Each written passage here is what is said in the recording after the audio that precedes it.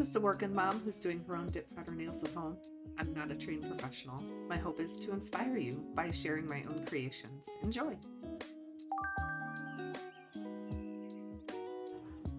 It's nail day.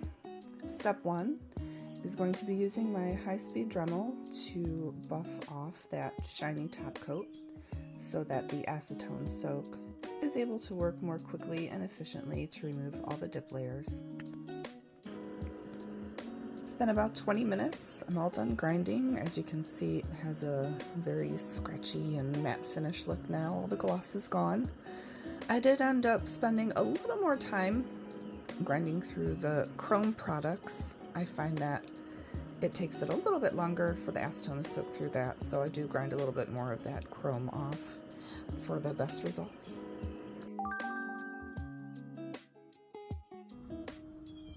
Okay, next step is the acetone soak off. You're going to want to be in a well-ventilated area.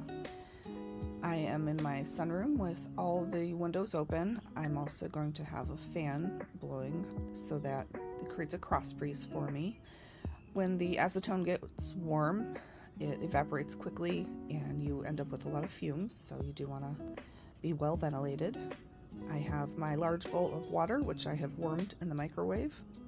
I have 2 freezer quart bags, which I have put about a 1/4 cup of 100% pure acetone, which should look about like that.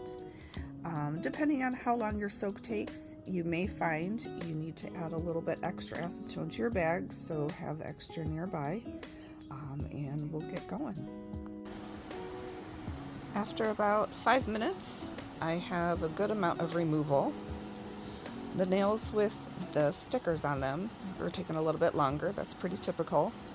I'm going to go ahead and add a little more acetone to my bag and probably warm up my water again for another minute in the microwave and finish this up. It's been another 5 minutes. All the product's gone now. I'm going to go ahead and wash my hands with Dawn dish soap at this point, just to help remove some of that stuff that sticks to the fingers after you soak it in the acetone. And then I'll start prepping by pushing the cuticles and buffing and trimming. So check back in.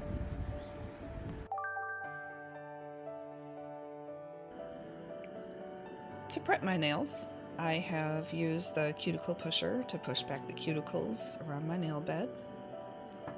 I've used a fine grit about 240 buffing block to then gently buff my nail surface, concentrating a little more around the nail bed where I push that cuticle back to create an appropriate surface for bonding of the product.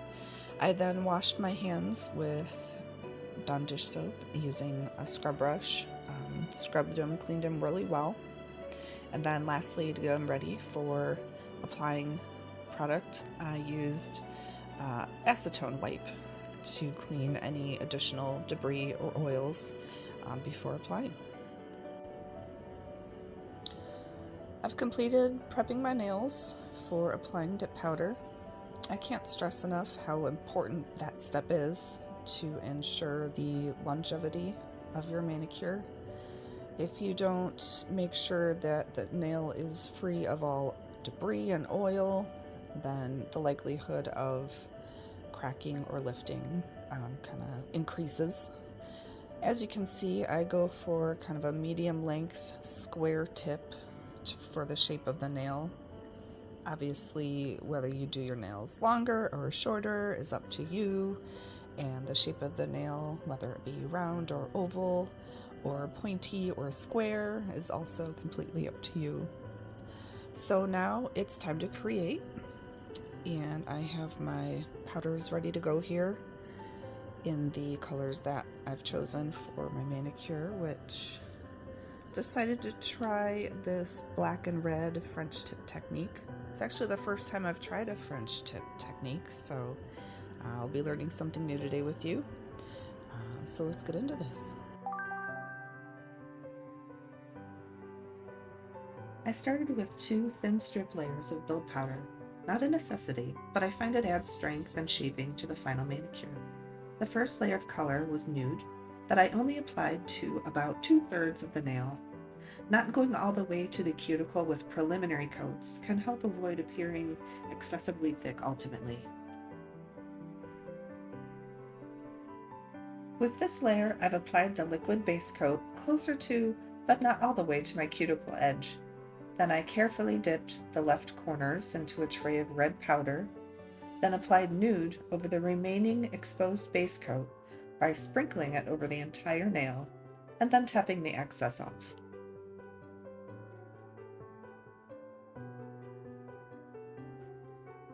For this step, I've applied liquid base coat to the entire nail up to the cuticle edge. Then I carefully dipped the right corners into a tray of black dip powder, then sprinkled clear powder over the remaining exposed base coat and tapped off the excess.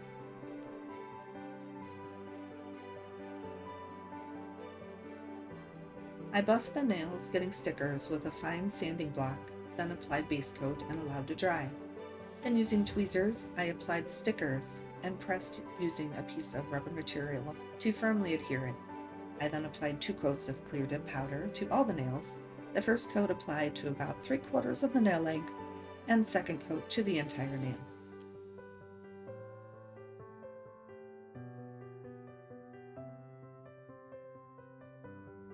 The dipping is done. Apply activator to harden the dip powder and allow 10 minutes before starting to file.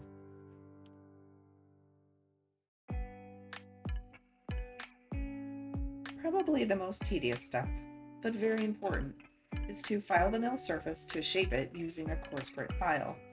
Now be careful not to file through the clear dip and damage the stickers.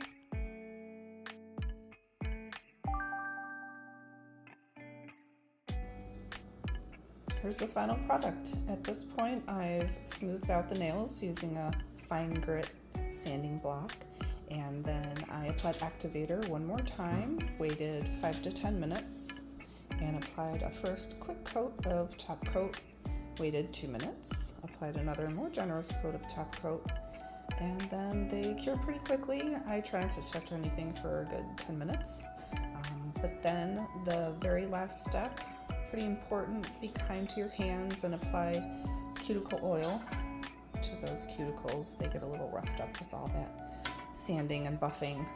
So yeah, this turned out pretty nice considering it was the first time I tried the French tipping method. So I'm pretty happy with that. Thanks for checking out my nail design with me. Go ahead, like, subscribe, and comment with any questions or feedback.